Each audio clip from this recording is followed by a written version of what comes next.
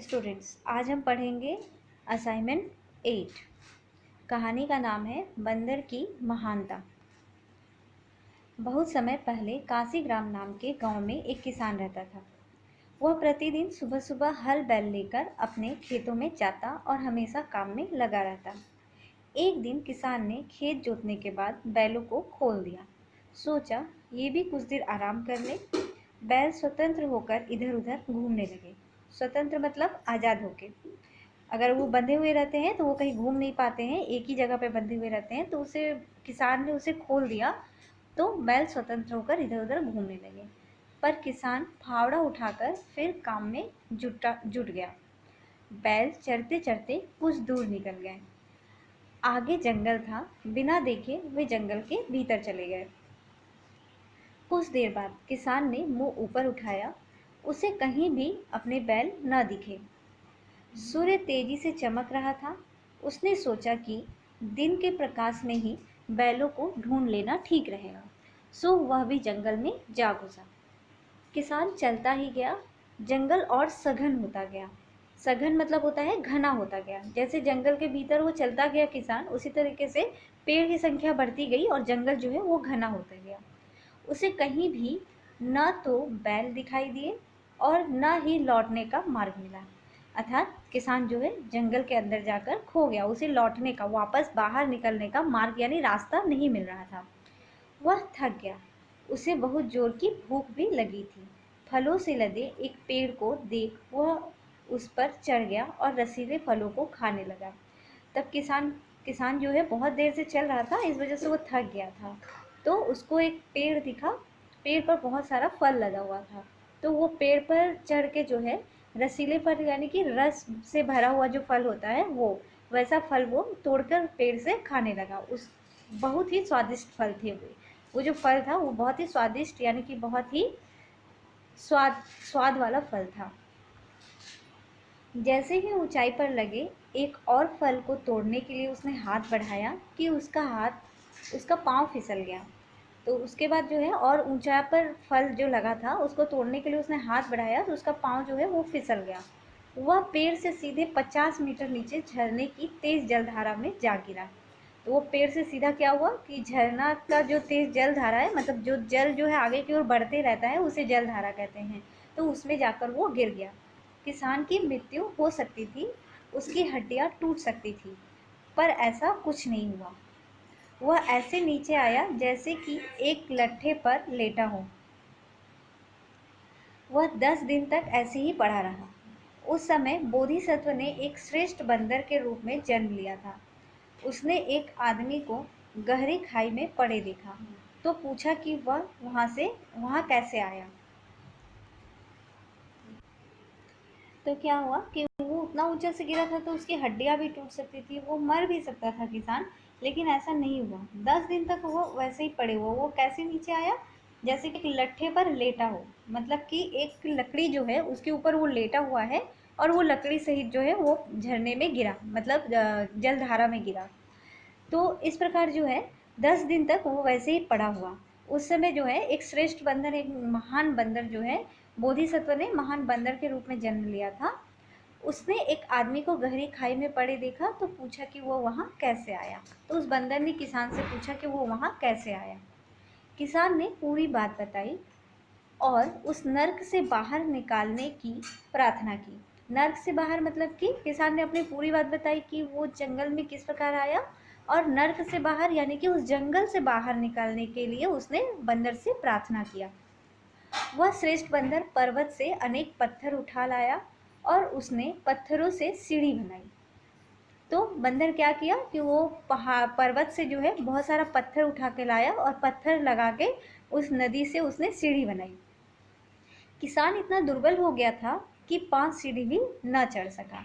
और किसान जो है वो बहुत दुर्बल यानी कि बहुत दुर्बल यानी कि बहुत शक्तिहीन हो गया था। उसके शरीर में और शक्ति नहीं बचा था, क्योंकि वो 10 दिन तक वैसे ही पड़ा हुआ था। तो वो सीढ़ी नहीं चढ़ पा रहा था। बंदर ने किसी तरह उसे अपनी पीठ पर बैठाया और जंगल तक ले आया। फिर बंदर ने क्या किया कि उसे अपनी पीठ पर बैठाया और उसको जंगल तक ले आया। ठीक है। किसान ने हाथ जोड़कर बंदर का धन्यवाद किया तो किसान ने क्या किया, क्योंकि उसने बंदर ने किसान को बचाया तो इसलिए उसने उसको धन्यवाद किया। तुमने मेरे जीवन की रक्षा की है, मैं किन शब्दों से अपनी कृतज्ञता प्रकट करूं। तो किसान बंदर को कहता है कि आप मतलब तुमने मेरे जीवन की रक्षा की है, यानी मेरे जीवन को बचाया है, मैं अब किन शब्दों से तुम्हारा आभार जो है उसको प्रकट करूं। कृपा कर मुझे जंगल से बाहर जाने का रास्ता भी दिखा दे। बंदर बहुत थक चुका था, अतः बोला कि मैं 1 घंटे तक विश्राम करना चाहता हूँ, फिर मैं निश्चय ही आपको जंगल के पार पहुँचा दूंगा। लेकिन जब मैं सोऊं, आप सावधान रहें। यदि आपको कोई हाथी, सिंह या अन्य पशु दिखाई दे तो उन्हें भगा दे, नहीं तो वो मुझे मार डालेंगे। तो बंदर जो है वो थक गया था, तो इस वजह से उसने बोला कि मैं थोड़ा सोऊंगा, तो आप जो है सावधान रहिएगा। अगर हाथी, सिंह या कोई और अन्य जानवर जो है अगर दिखता है उसे आप भगा दीजिएगा, नहीं तो वो क्या करेंगे, सोते हुए बंदर को मार डालेंगे। बंदर सो गया और किसान सावधानी से उसकी रक्षा करने लगा। तो बंदर जो है वो क्या हुआ, सो गया और किसान उसकी रक्षा करने लगा। कुछ समय पश्चात किसान के मन में एक कुविचार आया। उसे भूख लगी थी, कमजोरी भी थी। सोचा, क्यों ना इस बंदर को मारकर अपनी भूख मिटाऊं। इससे मुझ में कुछ शक्ति आ जाएगी और मैं जंगल पार कर अपने घर पहुंच जाऊंगा। तो अब किसान जो बंदर जब सोया हुआ था तो किसान के मन में कुविचार यानी कि एक बुरा सोच आई। बुरा सोच मतलब गलत विचार आया। तो क्या विचार आया कि उसको भूख लगी थी और वो कमजोर भी था। तो वो सोचा कि क्यों ना इस बंदर को मैं मार दूं और उसको मैं और उसका मांस जो है मैं खा लूंगा, तो मुझे क्या हो, मेरी भूख मिट जाएगी और मेरे में शक्ति आ जाएगी। ठीक है।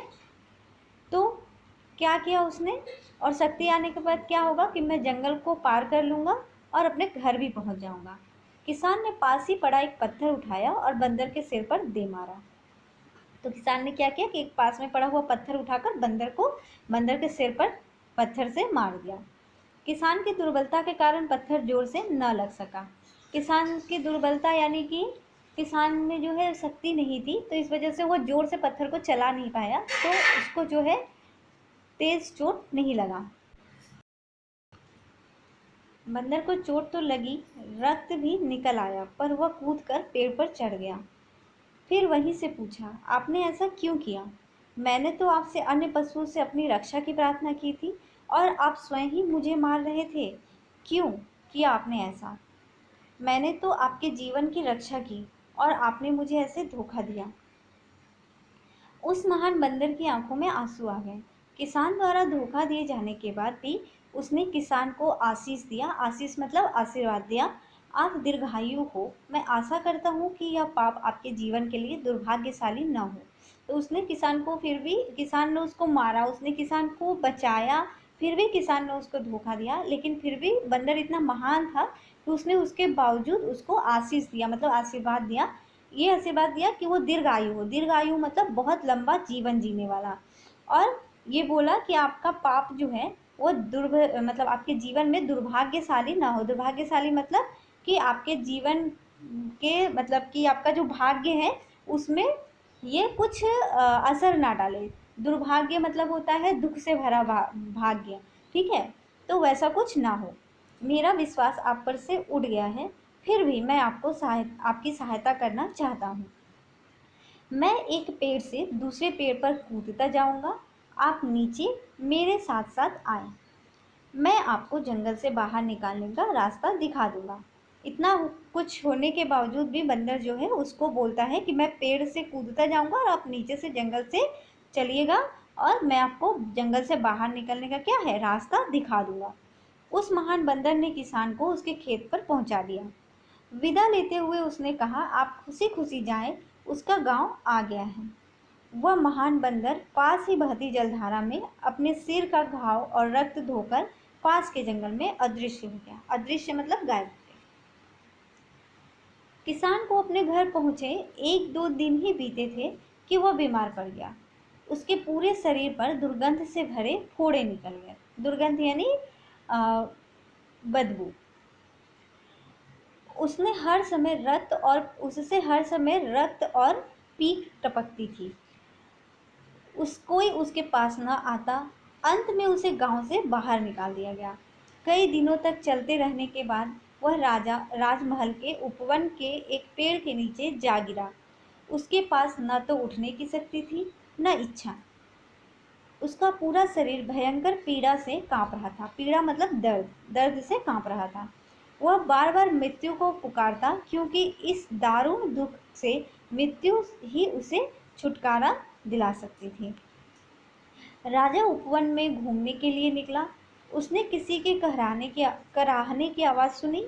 ऐसा लगा कि कोई भयंकर पीड़ा से कराह रहा है। राजा ने देखा कि एक व्यक्ति पेड़ के नीचे केले के पत्ते पर पड़ा है। राजा ने उसके समीप आकर पूछा, आप कौन हैं? आपको क्या कष्ट है? किसान ने कमजोर आवाज में टूटे फूटे शब्दों में अपनी पूरी कहानी सुनाई। अंत में बोला, मैंने उस महान बंदर को मारना चाहा था जिसने मेरे जीवन की रक्षा की थी। मुझे मालूम है कि मेरा कष्ट इसी कारण से है। मैं मरना चाहता हूँ। मैं इस कष्ट को और सहन नहीं कर सकता। मृत्यु ही। तो किसान ने जो है बोला, अपनी कहानी पूरी सुनाई कि कैसे बंदर ने उसकी सहायता की, फिर भी उसने बंदर को मारने की कोशिश की। तो वो बोल रहा है कि आज किसान को जो भी कष्ट है, उसके शरीर में दर्द हो रहा है, फोड़ा भर गया है, तो ये जो भी उसको कष्ट है, ये उसने जो बुरे काम किए हैं उसकी सजा उसको मिल रही है। तो वो बोल रहा है कि और मैं ये कष्ट यानी कि और मैं ये दर्द, ये दुख नहीं सह सकता हूँ, मुझे मृत्यु चाहिए। तो वो इतना बात बोलते ही किसान ने जैसे ही ये शब्द कहे, धरती फट गई और उसमें वो समा गया। तो किसान के ये शब्द बोलते ही धरती क्या हुई? फट गई और किसान उसमें समा गया, यानी धरती के अंदर चला गया। बुद्ध ने अपने श्रोताओं को बताया, इस कहानी का किसान देवदत्त है और मैं स्वयं वह बंदर हूँ। तो बुद्ध जो कहानी ये सुना रहे हैं, तो उन्होंने बताया कि इस कहानी में जो किसान है वो देवदत्त है। मतलब इस जन्म के जो है, पिछले जन्म के जो है वो देवदत्त थे, और जो बंदर है वो गौतम बुद्ध खुद थे। ठीक है। इस पाठ से कुछ प्रश्न दिए गए हैं, इसके उत्तर आपको अपने कॉपी में लिखने होंगे। किसान किस गांव में रहता था? किसान के बैल कहाँ चले गए? किसान कहाँ जा गिरा? किसान ने बंदर को पत्थर से क्यों मारा? किसान के घर पहुंचने के बाद क्या हुआ? निम्नलिखित वाक्यांशों के लिए एक शब्द लिखिए। आपकी हिंदी व्याकरण की किताब से ये कुछ दिया हुआ है। ये वाक्यांशों के लिए आपको एक शब्द लिखना है। जैसे जो कभी नहीं मरता, तो इसको हम क्या बोलते हैं एक शब्द में? इसको हम अमर बोलते हैं। ये आपको आपके हिंदी व्याकरण के पुस्तक में सारे मिल जाएंगे। आपको इसे भी अपने कॉपी में लिखना है।